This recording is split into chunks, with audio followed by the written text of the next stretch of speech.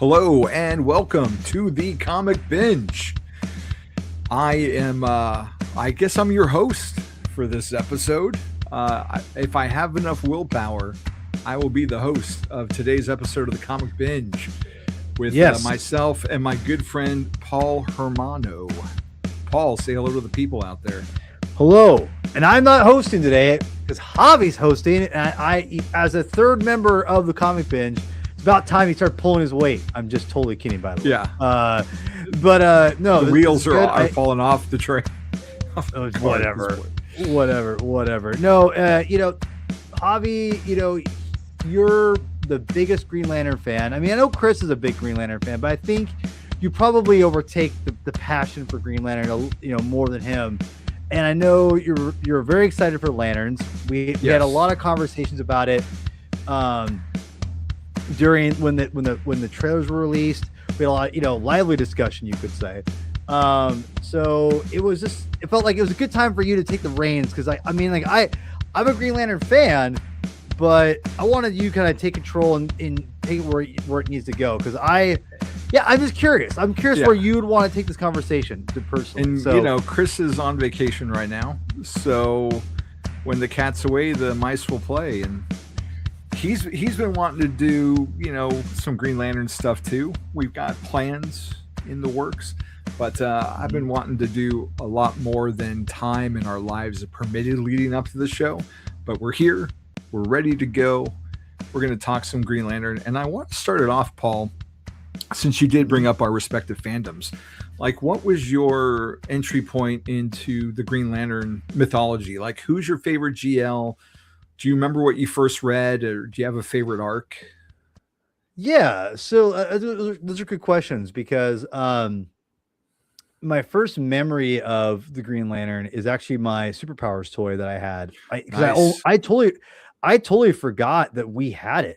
Until you brought it up, and I was like, I had that toy, and I started remembering I had Batman, I had Superman, I had Aquaman, I had Green Lantern, I had Flash, I think I had Wonder Woman, I had the whole effing Justice League. I just now realized, I'm like, oh man, I had all those, and I played with them quite a bit. That was my introduction to Green Lantern, and my brother had maybe one comic of Green Lantern. So I knew vaguely what he was. I knew he was part of the DC universe. So that's my first kind of foray into Green Lantern. I never read Green Lantern comics until I'm not sure if I don't know if you knew about this, but how I met Chris was through Modern Myth Media, which was the podcast, which was offshooted from Batman on Film by Sean Gerber. So did you ever listen to Modern Myth Media back in the day, or is that something before your time? No, every now and then, not too often though. I knew of it. But okay, yeah, I was probably too busy listening to Kevin Smith and Spider-Man Crawl Space and BOF. I mean that's understandable. I ironically I was listening to Spider-Man Crawl Space too, but I digress. That's how I knew who you were. And for those who don't know, this is a true story. I'm very obviously, if you've watched these shows, I'm not the biggest fan of the Crawl Space anymore. But that's a whole different podcast. But you are a Marvel guy. I'm a Marvel zombie. I mean, I'm a self-proclaimed Marvel zombie. But the reason why I bring up that is because I get so frustrated listening to the show for the Crawl Space show. I literally get so mad. But the one person I liked on that show was, I'm not joking. I'm like, I like this Javi guy. This Javi guy is pretty cool. And then I'm like, oh, Javi's on Batman on Film too. That's awesome. I'm like, and then I got to know you, and I'm like, yeah, I was right. Javi's awesome. Yeah. I love this guy. So that is the 100% truth. I'm like, the only person worth listening to was Zach and Javi. The only people worth that show. So it's funny how it actually became I think I knew, I'm like, man, me and this Javi guy would probably be good buds. We ended up being good buds. So I'm very grateful that I was correct. So anyway, so Modern Myth I brought Modern Myth Media because I'll make this really short. I'm talking way too long, obviously. But it is a podcast. It's what the people pay for. Yeah, that's fair. That's fair. No, but I went to I got on Modern Myth Media, and Sean was just gearing up hardcore for the Green Lantern movie coming out, and he finally gave us all homework to read a bunch of Reborn and read read Year One or Secret Origins, excuse me. Yeah. And I absolutely fell in love with Secret Origins. And I liked Reborn a lot too. So those were my first actual like real Green Lantern comics was, Secret Origins, which I think is maybe one of the best Green Lantern comics ever written. I think it's fantastic. So yeah, I that was my first foray into Green Lantern. The thing about Green Lantern though, because I was a 90s kid, Javi, like you, I always gravitated towards Kyle Reiner, that stuff. I always wanted to read that, but I never had enough money to like dive in and have a starting point to go in. But I always was intrigued by Kyle Reiner. That's why I bought the compendium that came out, a couple years ago, which I promise you, we will get to I'm that counting on it soon. Yeah. So anyway, like that's all my Green Lantern stuff up until like maybe I read a few things here or there, between now and then. Obviously we did an episode recently about Earth One Green Lantern, which I loved that book. Didn't love volume 2 as much, loved volume 1 a lot. So yeah, that's kind of like my history with Green Lantern. So I'm assuming you're gonna give us your Green Lantern origin story, perhaps. It's pretty similar, at least the very beginning to yours. I mean, a big part of my childhood was getting the superpowers Green Lantern and the Flash and the Batmobile the same Christmas, which I already had a Batman and Robin figure, because otherwise it's pretty ironic that I would get a Batmobile with 2 figures that absolutely have no need for a Batmobile. And then my dad got me Green Lantern 174, which has a cover date of March of 1984, which has this giant yellow missile coming at Hal Jordan, and it says Target Ferris. And it's written by Len Wein and drawn by Dave Gibbons. And I read that thing to death. That informed so much of what I knew about Hal Jordan, and I still have it. It's just minus the cover because I just read it that much, and it's very well loved, as you can imagine. I have a bunch of my original issues too, like that, or just beat to hell. You can't give them up, right? Yeah, and that was just kind of like my starting point. But I would check in every now and then, like when it got relaunched and Green Lantern 25 had a Hal versus guy on the cover, like who will wear the ring, and I was pro Hal because that was the toy I had, and then Kyle Rayner came along and Green Lantern 50 and kind of took over. And by that point in the 90s, I was a young teen, and it spoke to me in a different way. And Kyle to me is like the DC's version of Peter Parker in the 90s. Like, absolutely. I agree. He's the everyman. Not everything works out his way, but it's not like he has Rainer luck or anything like that. It doesn't hit you over the head with Rainer luck. Bad luck. Yeah. My girlfriends are going in the fridges. What the hell is going on here? He was just an average guy trying to make his, ends meet in New York, and, living his life as a 20-year-old and being handed this amazing power that he had no mentorship or guide on what to do until he had to pop in with Alan Scott once, and then John Stewart, who's going through his own journey, kind of takes him under his wing a little bit. But John has a rough road ahead of him at that point. But to suffice to say, I stayed with Kyle till the end of the line for his run, and then Jeff Johns did Green Lantern Rebirth and brought Hal back, and stayed with that book until Venditti took over, I think. And then since then, I've been kind of popping in and out on various different runs.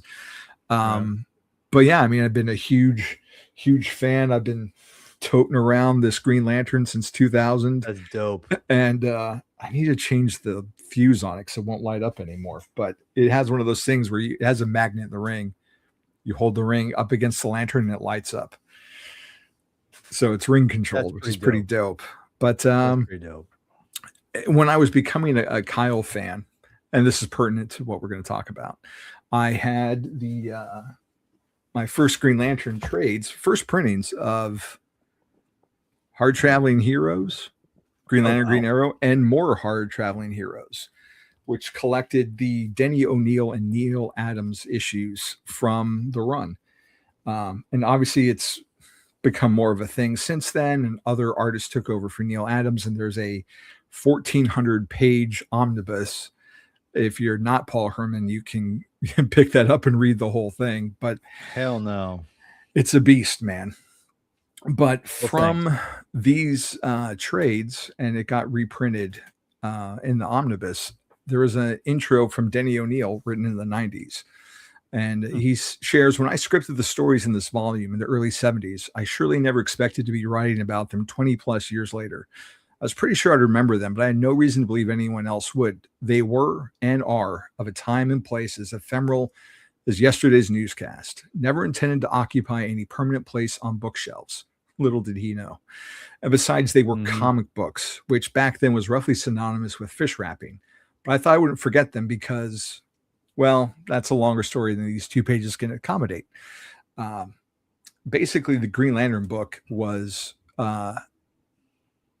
in the gutter. The sales were in the gutter. There was a comic book title Green Lantern that has been once popular and wasn't any longer. For reasons I haven't been privy to, the publishers decided not to cancel it. Instead, the editor, Julie Schwartz, asked me to do a salvage job. I accepted the task happily for the usual reason. I was a freelance writer, and freelancers pay rent when editors give them jobs. And because I've been wondering if I could combine my comics writing with the journalism I was occasionally doing. Could we dramatize the real-life issues that tormented the country in the context of superheroics? Could we fashion stories about drug addiction, environmental destruction, corporate rapacity, cults, racism, poverty, bigotry, the whole catalog of national discontent that energized the era, and still deliver the heroic fantasy that people bought comic books for? Here was a chance to get answers. After all, Green Lantern was moribund anyways. If it failed, nobody could much blame us. Get that away, Paul. Oh, sorry. Yeah, if it failed, nobody can much blame us for not resurrecting the terminal case. And if we succeeded, we will please publishers and maybe, just maybe, bring something new to our medium. So that sets the stage for where we are here with Green Lantern 76. As you can see from the cover on the screen, oh, wait, not that cover. Because in Kyle's Green Lantern 76, they paid homage to the real cover of Green Lantern 76. I like that too, by the way. So. Yeah. So Green Lantern 76, according to DC Universe Infinite, was released April 1st of 1970. An ordinary day of crime fighting turns strange when Green Lantern confronts a slumlord and sees firsthand the mark of poverty in his hometown. But when the Guardians of the Universe forbid him to get involved in social issues, it takes Green Arrow's intervention to change their minds. When was the first time you read this, Paul? Yesterday. Really? One of the most like seminal comics from the era, and you just now got to it. Well, and you got to remember, we are. You are a Marvel guy. I'm a Marvel guy. I DC has been more of a love of I've developed over the last, like I'd say 15 years, more so, maybe even more intensely the last 10 years. And I have Chris Cloud to thank for that. I really, and I listen, I've always liked DC. I need a good push. And now with you guys, I'm really like invested in DC, like where I feel like before I was like, I kind of know a little bit.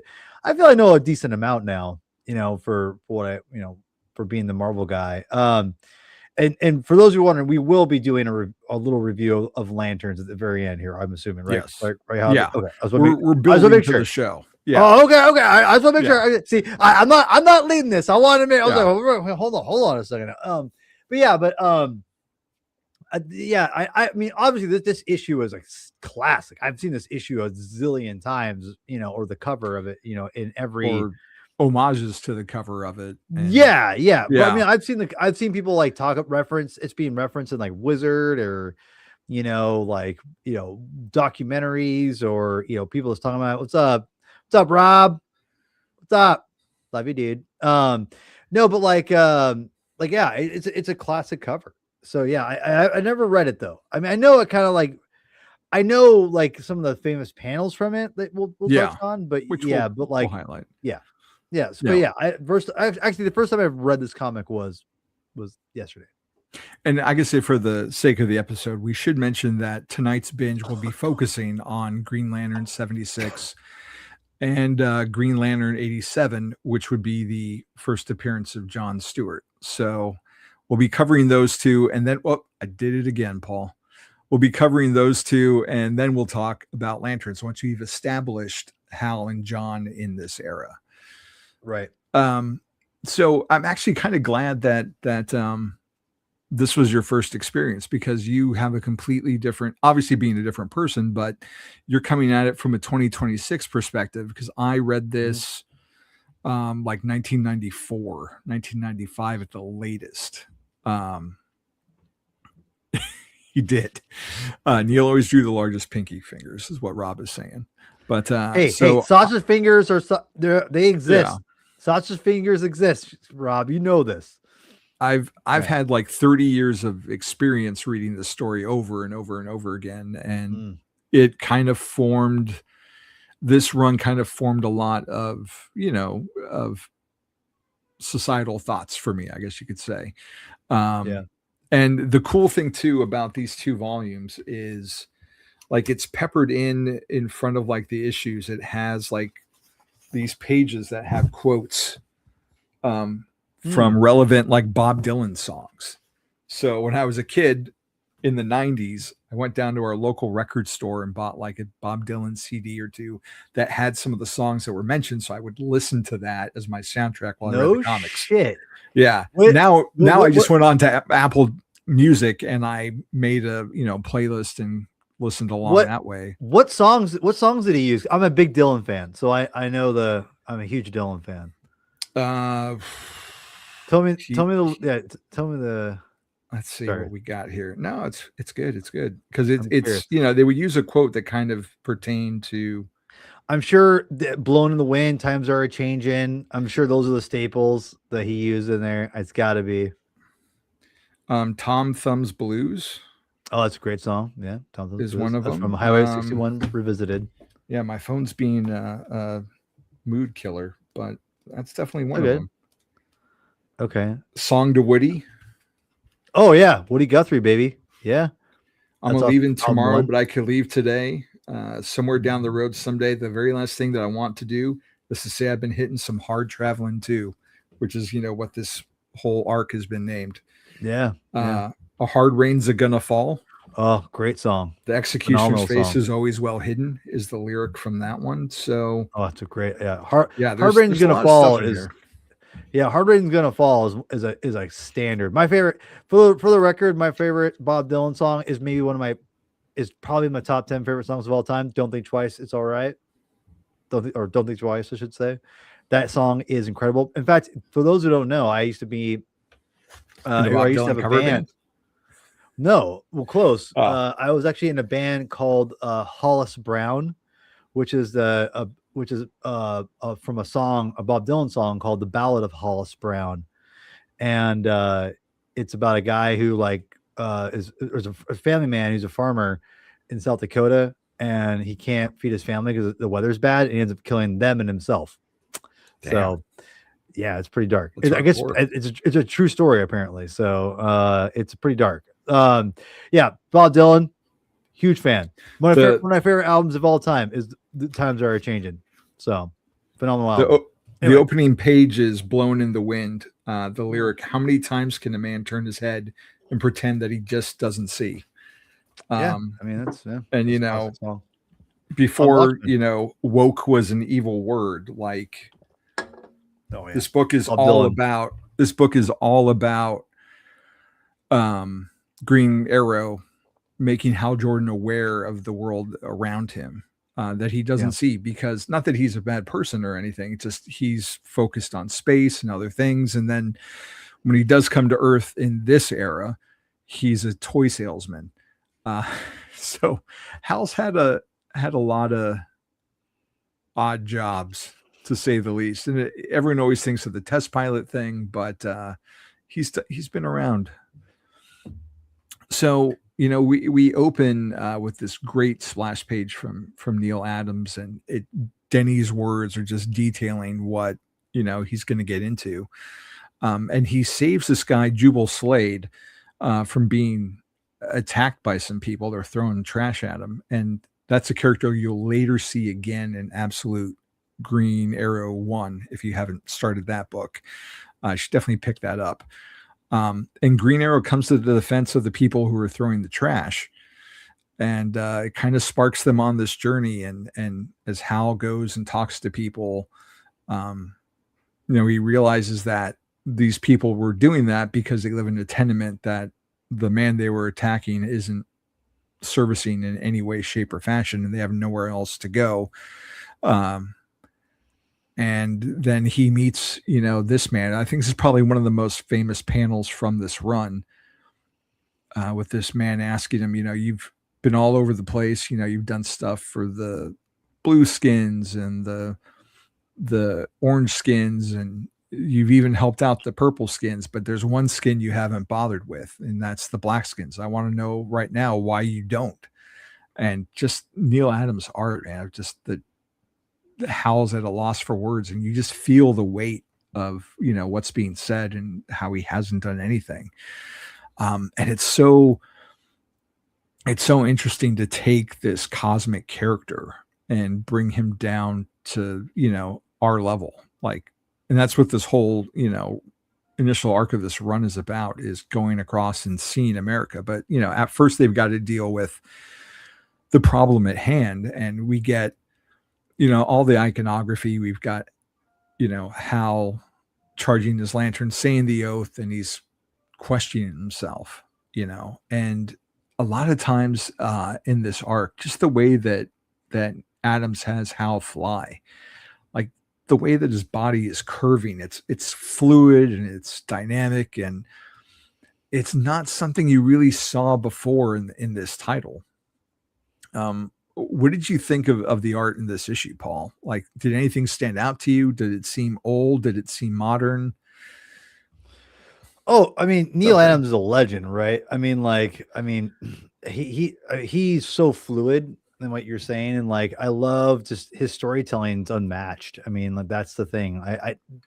The thing about the greats, the comic artists of the past, like Neil Adams and everyone, they're the stories might be outdated, the dialogue might be outdated, but their storytelling, those legends it's unmatched still. And I love how, and Rob, you can chime in with this too. I think we've talked about this before, but I don't know what it's called, but when the face is outside the panel and it's going overlapping outside the border, or the gutter, if you will, like that. There's a lot of little tricks like that you do, and it just adds a lot of texture and a lot of what's the word? Almost cinematic, if you will, taking a close up and really maximizing that facial feature by having it be out of the gutter, coming out of the panel. And Neil Adams is a legend. I mean, he can't do anything wrong, in my opinion. So yeah, I love the art. Yeah, I mean, he was an illustrator and brought not just a realism, but so much detail to every panel, and portrayed things in a way you didn't see in 1970, particularly from this book. I mean, and how trippy that is too.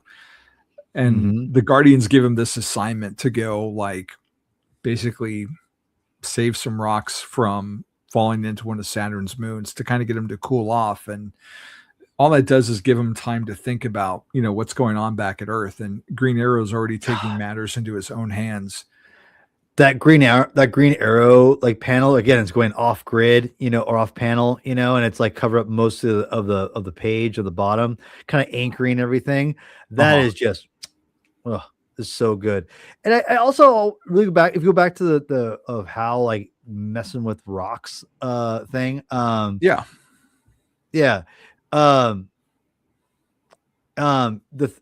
just want to say, look how, he's not just standing there doing it. He's doing it in a very motion action way where his legs are kind of it's very, there's movement here even though he's just doing something mundane, it's still interesting to look at. Like, again, it's the details of the stuff that's so important, for this kind of thing. And like, I think a lot of artists would be like, yeah, whatever. But like, no, he's giving him a real action of doing this mundane thing for Hal. So it's again the details here.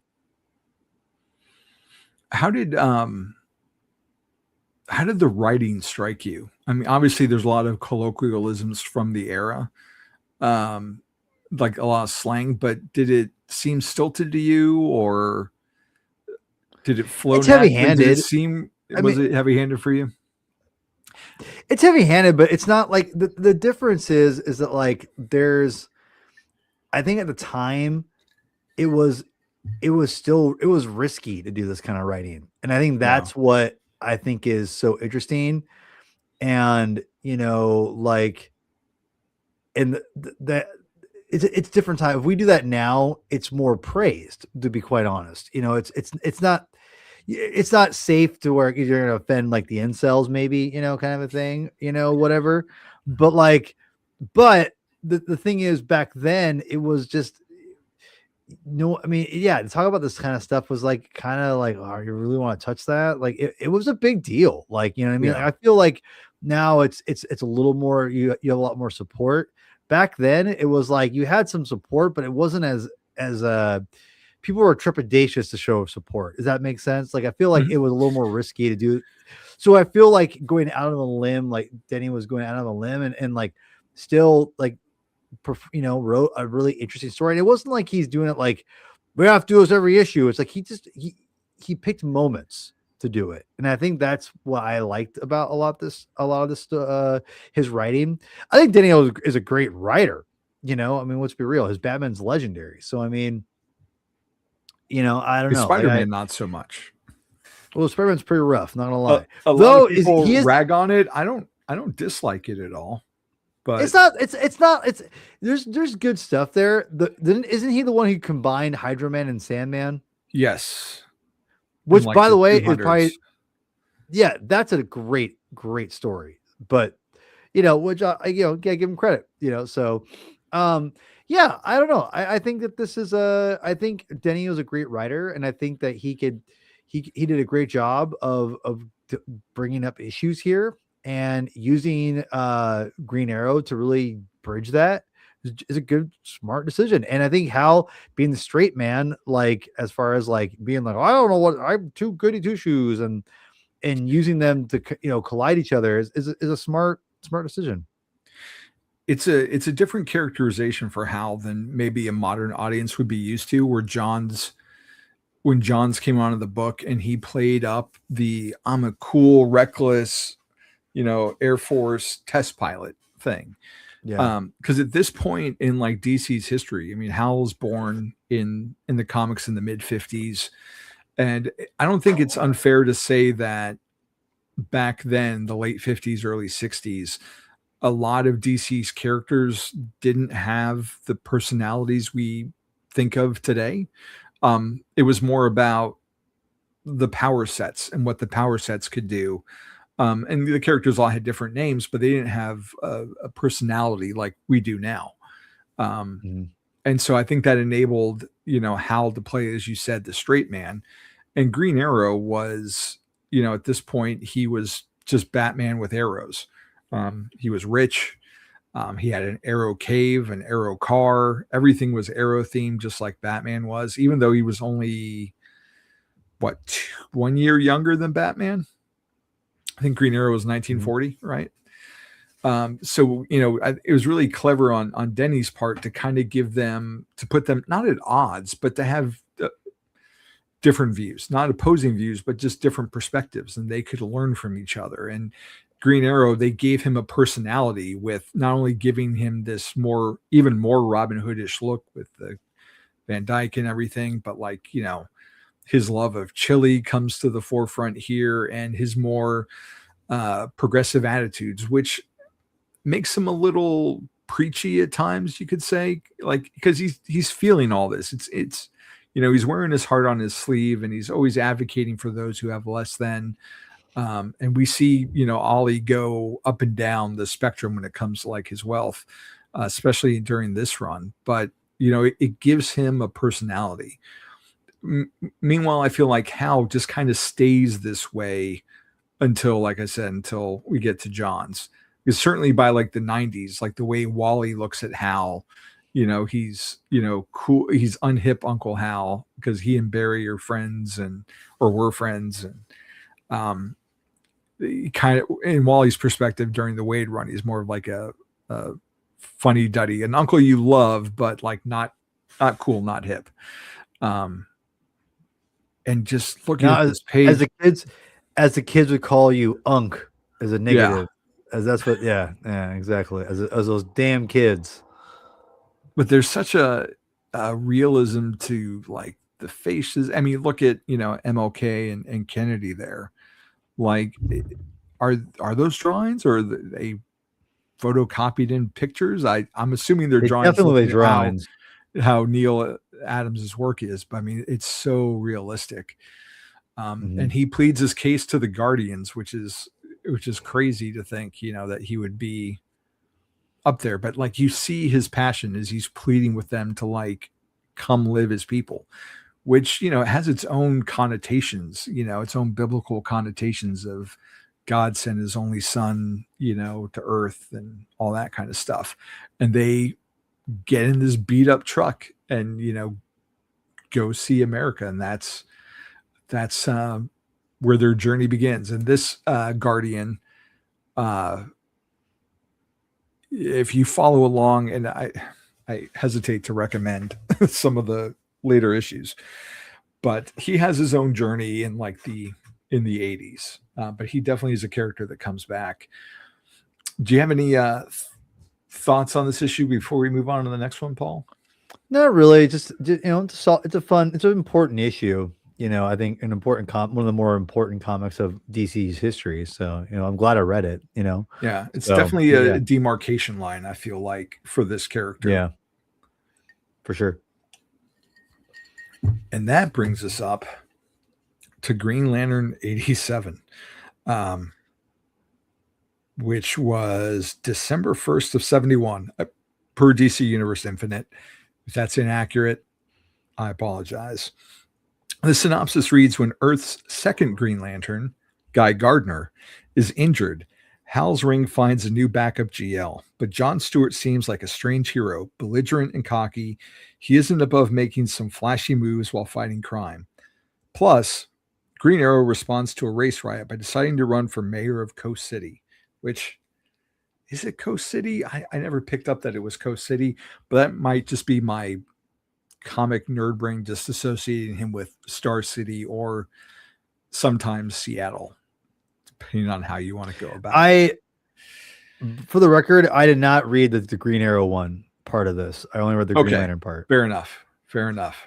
So, because I was like, I don't know if I should read this. I'm like, that was my bad for not discussing it with you. So I'll just show some images here so you can see just how, the majesty of Neil Adams and some of these layouts here.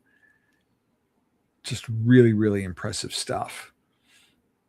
Especially like the way he uses the phone cord to kind of split up the conversations. And I appreciated seeing like him calling his friends in their civilian identities and taking in all their different perspectives. And to like the synopsis mentioned, there's this one inciting incident, which again, talking about the similarities between Green Arrow and Batman, like he's got this arrow that he shoots to fire off a rocket propulsion and has extra rockets in his quiver as well.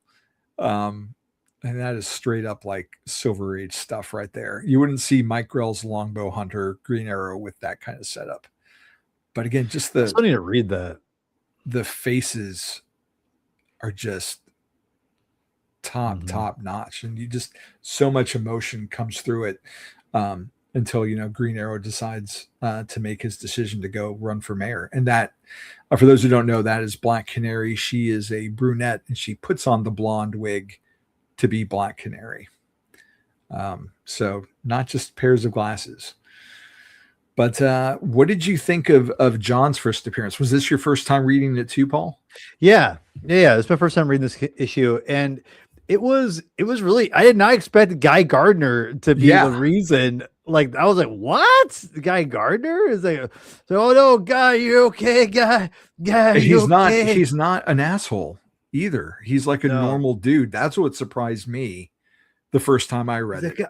yeah, and it's a guy, and it's like, we already picked your replacement, John Stewart, and it was like, oh god, and like, it was it was a cool. I liked where they were going with it, to be honest. And the fact that like these Owens are like, listen to us, Hal Jordan, and he's like, oh, well, listen, you guys don't know what you're doing. And I like that.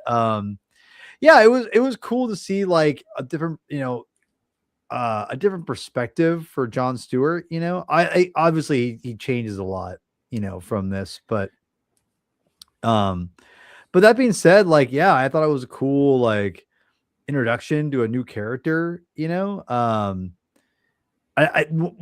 biggest thing that stood out to me, Javi, and I didn't even realize it until afterwards. I'm like, oh yeah, true. He's like, I don't need a mask. Yeah, He's like, I thought that was really cool. Like, I thought that was a really important distinction for the character, because it made him different, and it made in a very positive way, because he's like, yeah, I don't need this. Like, I because want he's people got to know nothing who to I am. hide. There's Yeah, a I think it's really cool. there's a documentary on the animated movie Green Lantern Beware My Power, which is, I forget what they call that, the Tomorrowverse, I think. Um, and it details like how John becomes Green Lantern in it. But the documentary has a whole bunch of creatives. And I think it was like Robert Venditti who said, that John's whole rationale is if he isn't proud enough to do it without the mask, then it probably isn't something he should be doing, or something along those Mm, lines. yeah. Which, just says so much about his character. But this is our first look at John, and he's standing up to some officers who are harassing guys who aren't doing anything wrong other than playing a board game, on the corner on the sidewalk. Which Hal is more law and ordery, I guess would be a way to say it. Yeah. But he recognizes that there are potential flaws in John, and the Guardians don't want to hear about his quote petty bigotries, and it kind of puts them at a little bit of a crossroads as they try and get to know each other. And again, just like this slice of life of here's Hal and John having a drink at a diner, or sharing a meal. Like, that's something we see kind of echoed in the show. Yeah. Of No, them I eating thought in a I thought the real same thing. place, Yeah. and it's wild to think that they could just go there and have a meal, and he wouldn't be like mobbed by everybody trying to get well, I guess people weren't taking selfies in 1971, but certainly asking for autographs or anything. But Hal begins to take him under his wing and train, and teaches him the oath. And again, just, you didn't see faces like this in the Green Lantern book before Neil Adams, really. There were many great artists, Gil Kane, but Neil Adams was a game changer for DC, not just with Green Lantern, but with Batman too. And it's really impressive to go back and look at this, because to me this art still really stands up. It doesn't. It looks old but not dated, if you get the distinction there. Oh, for sure. And as they go to their first mission is kind of to protect was he like a political, he's running for office, and there's some gunmen, and John seems apathetic to help, and It's a little too close to home, Javi, to be quite honest with you. Yeah. That's all I'll say about that. But Hal takes his apathy for something else and comes to a snap judgment about it, and then we find out that no, John had reasons for doing what he did, and it all works out in the end, as these things tend to do usually. I mean, just this panel of Green Lantern the second, and Phil Lamar in that documentary I mentioned earlier pointed out that what a big deal it was for him as a kid to see a black Green Lantern. It wasn't Black Lantern, because that's something completely different, and we'll get to that at some point. But here is a guy just being honest and truthful, and living his life. And John's journey, it goes in all sorts of crazy places, from this issue to being an architect, to destroying a planet, getting married, running the Dark Stars, which is like a competing GL organization, before coming back into the fold, at one point leading the Green Lanterns. But it all starts right here in this tale. And of the two issues, which one is there one that shines more than the other? Are they both on the same level for you?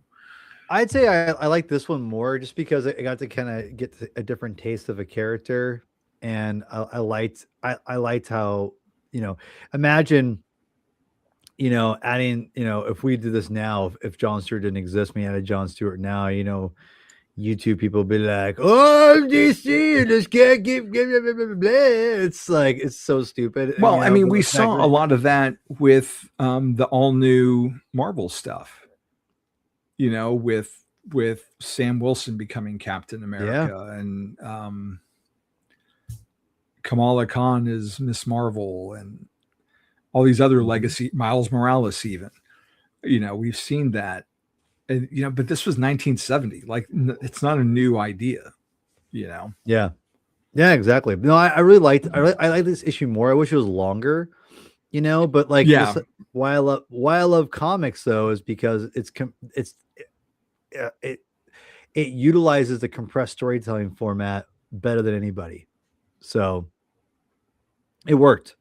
No, that is a very good point. Like, you do wish you could have more time with them, but instead we get that Green Arrow backup that we kind of flip through the pages of. And it is a plot point, from my understanding, that kind of gets dropped for a while. Like, they don't revisit John or Guy coming back into the fold until years later. So it's not like from this point on they're partners, or he's training them for the next couple of issues, or it's none of that. We just he's established and we move on, which is a lot different than what we see in the television show. Was this like your first? This wasn't your first John Stewart comic. Like, there had to have been something, JLA, or did you watch the Justice League and Justice League Unlimited shows? A little bit. I try to get into it. I try to get my kid into it. She just can't get into it. I mean, I know John Stewart mainly because of the Justice League cartoon. I knew he kind of existed, but I've only done a little bit. This is my first, I think, real maybe John Stewart made an appearance here or there, but like the first comic featuring him is probably this one, to be honest. Well, like I was saying earlier, he does become like a bit of a mentor to Kyle in his early days, which was really cool to see. Because it's one of the things I love. We've talked about this before. One of the things I love about DC is, the legacy aspect. And that, he's a big part of it. Like, even though Hal is a different Green Lantern than Alan Scott, they're all still part of a legacy of the name of the character. And so that kind of brings us, oh, nice, Rob. That brings us up to the show. What were your expectations going in? I know you're not a fan of the Ryan Reynolds movie. Were you thinking that can't be any worse than that, or were you excited at all? Well, I think Lanterns, like, I didn't like the fact that they're really amping up the whole, this is going to be True Detective with Lanterns. It's like, oh, okay. Like, I love True Detective season 1 is one of the best seasons of television ever made. that being said, I don't know if I want that for a Green Lantern comic. And just the initial trailers did not sit well with me. And Which so is I surprising because you decided, don't really watch a lot of trailers anymore. I mean, yeah, I watched the You first try one. And I not was like, to. I was like, I mean, I see clips here or there from people, but I was like, you know what? I'm just gonna wait. I think it was very absent of what you want to see in a Green Lantern show, you know.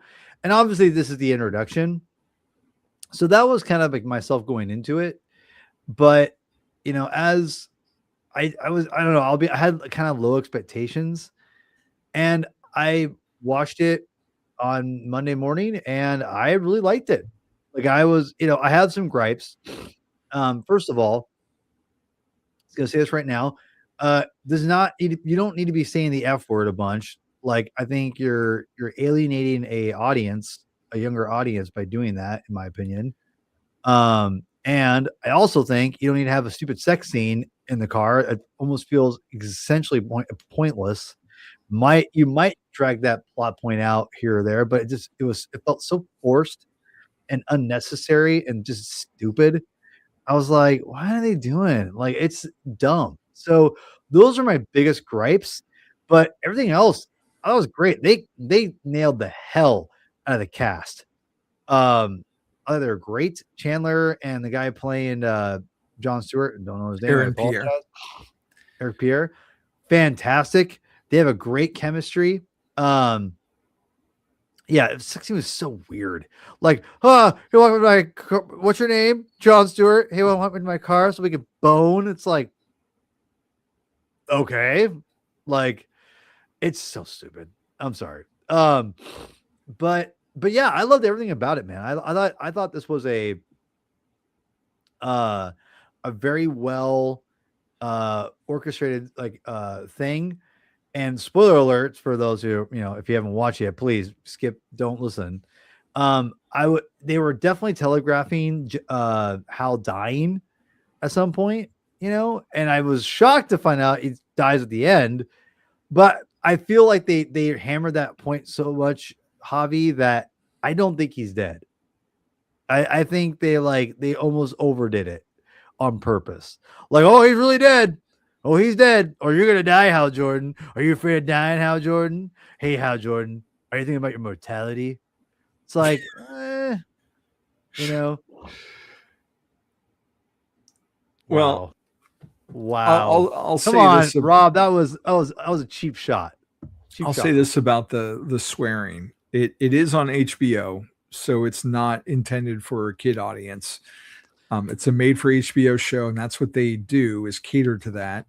And if you read any of these like Black Label Tom King books, they swear up and down. That's kind of his thing. And while we're talking about Tom King, a good portion of the Tom King stories that I read start off with something shocking to get you riled up, and then by the end of it, you see what really happened.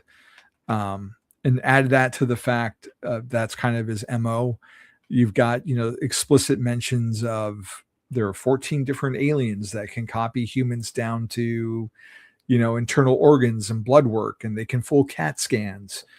Was a bit of dialogue at the beginning. The fact that they pointed out that the ring would leave him when he dies, but we don't know where the ring is. So is that the mystery of where did it go? Was it taken? Why didn't John get it? Or is Hal really alive and faked his death for reasons that we're not going to find out until later? So, and that's part of the fun of the show is there's all these questions that they raise, and we're going to spend the next 7 hours over the next month and a half finding out. So, what about you? So what's your verdict? I really enjoyed it. Having said that, I mean, I guess I enjoyed the 2011 movie, although it's got a lot of flaws. There are a lot of things about it that were choices I would not have made. A lot of it being the suit and the visual effects. And for a movie about a character whose whole thing is light, it's a very dark movie to watch. Like visually, it's just poorly lit, and it lacks the visceralness of a lot of Martin Campbell's other movies. You know, GoldenEye, Mask of Zorro, Casino Royale, No Escape. So it was a bit of a surprise. No Escape. There's a No lot shit. of yeah. There's a lot of missteps in that Green Lantern movie, but there's a lot of like lore that's in there that I can appreciate. And I don't think Ryan Reynolds was the best candidate necessarily to be Hal Jordan, but he tones himself down. At that point, he's not playing Van Wilder. You know, he is doing something, and he tries to be Van Wilder, though. That ego that Hal can have, depending on who's writing the book and what era we're talking about. If Green Arrow, if he wasn't Green Lantern, him and his wife would never get together, and their kids wouldn't exist. So it's Green Lantern is an important part of their life. You know, it's just sad that it looks back at one of the worst superhero movies ever made. So, but he made it all right when he killed himself as Deadpool. You know, the thing for me is the Ryan Reynolds movie. I think the biggest problem is the bad guy. Let's be real. I think the bad guy is one of the biggest issues of that movie. They try to do too much in that movie. So, you know, whatever. But, you know, back to the Lanterns, though, I will say that they're kind of doing the Ghostbusters and lightsaber thing. And what I mean by that is they're really trying to give you less of the ring. So when it happens, it's a big deal. Yeah. So like every time it comes on, you're like, whoa, like when he does like the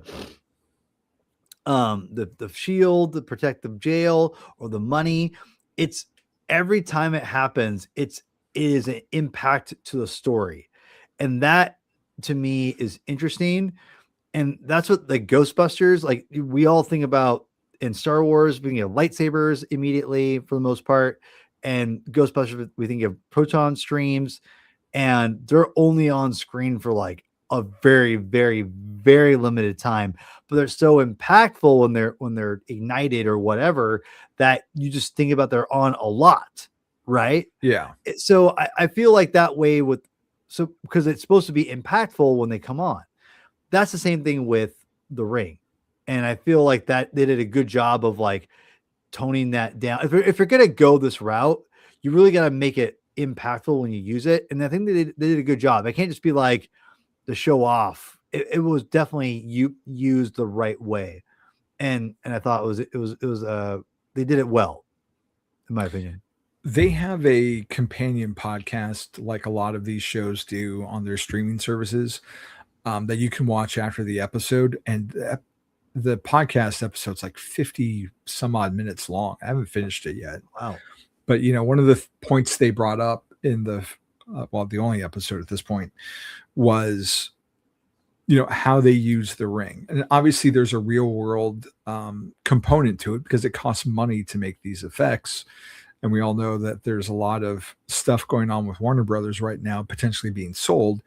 But for them as like writers, like trying to create the world and like thinking of the ring as a weapon, you know, and you wouldn't, having respect for that weapon, you wouldn't necessarily be whipping it out all the time.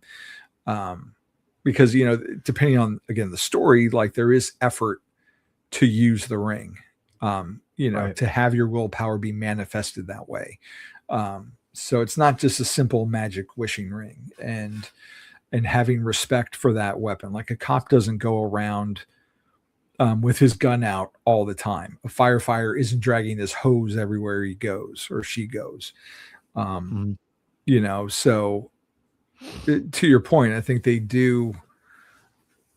I feel like you see it enough. So there were a lot of complaints from that first trailer that, you know, where's the green and everything. And we get little dabbles here, but this is only the first episode. Yeah. And while we don't see Hal in the present day in his costume, but I feel like there's a reason for that. And he kind of touches on it when he's at the taco stand, that he only pulls it out for like special occasions now, but we do see him in the flashback wearing it. And part of me has to wonder if creatively, they're consciously trying to distance themselves from what came before. Just like how Superman stood apart from Man of Steel by being brighter colored and showing him get hurt, and the different relationships that he had. Like, this is like, we're not that show. We're not in outer space with our CGI jammies on. Like, we have practical costumes. We're dealing with real world stuff, and we're giving you something different you didn't see before to try and entice a general audience in, because they know they got us. They know we're at least going to try and give it a shot. If, for some people, nothing else, so they can go on the internet and rage about how, they did X, Y, and Z wrong. But I feel they did, for a pilot, I feel like they did really well. Establishing everything, working in the oath in a way that didn't make it feel cheesy, like it had some impact, had a lot of tension in that scene. And you got to see, some of what the ring could do in terms of like containing the blast, and the way that like Hal and John interact with each other. Like from that very first scene of like John and his dad, which was like, holy child abuse, Batman. Like, no effing kidding. As that many accusations. Yeah. That felt a little forced in my, like, it felt a little too much. Like, hey, look how crazy this is. I'm like, I mean, it's intense, but I also felt like it was like so intense. It was like, really, is this really, you're going to use this as like establish how like John has no fear? I don't know. I felt they could have done something different. Not be so like, hey, look how crazy this is. And to be honest, I don't know pretty much anything about his dad from the comics. Especially if you look at like Philip Kennedy Johnson's run, it's more focused on John's mom, who's having some dementia issues, and the fact that he lost his sister at a young age, which would line up where we don't see a sister in the show, but also he's got these brothers that we don't know about, or at least I don't know about from any Green Lantern book that I've read. But I mean, people complained about like in the Dark Knight, like, oh, let's get Batman on child abuse because he's bringing this kid into danger. But the second he put him out against that wall and you just saw like a foot's worth of bullet holes, that was basically him growing up. It was just, that was insane to me. But the dedication that, they had John have, and, the training from being a Marine, and the respect that he gave to other people, and just the fact that, the sheriff was like, oh, you can't respect this guy. He's like, I totally respect this guy, for doing this job as long as he did, and what he's done. And I mean, Pierre just nails, I feel like, John Stewart. Like, he just steps into the screen and he's John Stewart. Not to, someone had said too, like, oh, this is the first live action John Stewart, but it's like, well, kind of. If you want to squint, John Diggle on Arrow is John Stewart the whole time. And you find out his dad is like Colonel Stewart. And then when John Wesley Ships Flash sees him, he's like, John, where's your ring? Like, on a different Earth, that guy is a Green Lantern. But this is the first pure 100% John Stewart. And I think that Aaron Pierre does a great job. And I really like Kyle Chandler as Hal too. He's great. I love Kyle Chandler. He's great. I always thought like Chris Pine would have done a great job both in 2011 or now to kind of capture that arrogance that Hal can have. But I think Kyle Chandler did a really excellent job. No, I think he's great. I think the chemistry that they have together is perfect. That, to me, like, I love. Yeah, that's the show right there. Yeah. Like, my favorite parts of the show was them talking, nobody else, and them like I loved when they're driving, and then he's at the Mexican restaurant, and then like they keep going back. Anytime they were talking together and stuff, I loved it. it bums me out. That's why I'm hoping Hal's not dead, so we can get more of them together. So, which I think we will. Well, I don't think. I mean, even if he is, I mean, the show is told in 2 different time periods. The supposed flashback to have the hologram aside, thing. the whole show is supposed to be splitting time between the mystery in the past and what's going on in the present day. So it's not like this is the end of Hal. We're not going to see him again. This isn't. That's fair. I would imagine we'd see him more than we see a certain character in the Acolyte. We'll leave that there to not spoil anything else for that show. But got it. Yeah, bring that up. It's a fair comparison. No, it is. You're not wrong. They made a big deal about a certain actor being in the show, and then you're like, oh wait, what? So, no, I think overall we're off to a really solid start with this show. I don't think it's necessarily what everyone would expect, but I think they walk that tightrope of being Training Day meets True Detective meets Green Lantern pretty well. And I know you didn't watch the teaser at the end, which was really bizarre because usually they have like a skip credits, and it didn't. It went to like the regular credits, then like all the international credits, and then it's like this season on Lanterns, where we got to see some of those more fantastical elements from the universe brought in. I won't spoil them for you, but we see a lot of characters that we knew were going to be in the show, but it's nice to see them, how they're going to be interacting with our 2 heroes. So I'm in 100%. I think it's been an awesome ride, and it got me wanting to read like some of the eras of John that I haven't read yet or haven't had a chance to. So I mean, that's always a good thing when these things we read or watch make you want to go explore the other mediums. Yes. So we're going to do a every week review, but we'll probably do like a chunk review, and just, sometime next month to get it caught up with a couple issues, maybe get some more Green Lantern comics, hobby. So we'll figure that out. Are we good to go, you think, from here? No, we're taking this thing in for a landing. Where can people find you, right. Paul? People can find me on various things, you could say. Obviously on X, formerly Twitter, Herman22, 2 N's, always Herman with 2 N's with me, aka P Thug. Follow the Comic Binge there as well.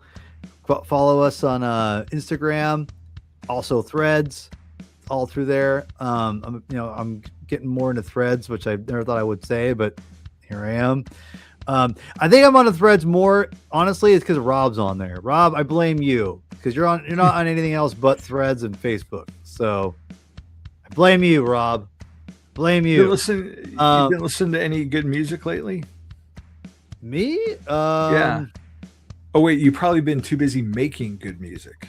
Tell us about I wouldn't say it's good. I have a band project called Victory Formation, and we have 2 songs that are out on all the streaming platforms for music. If you like shoegaze, post-punk, synthwave, things like that. Wow.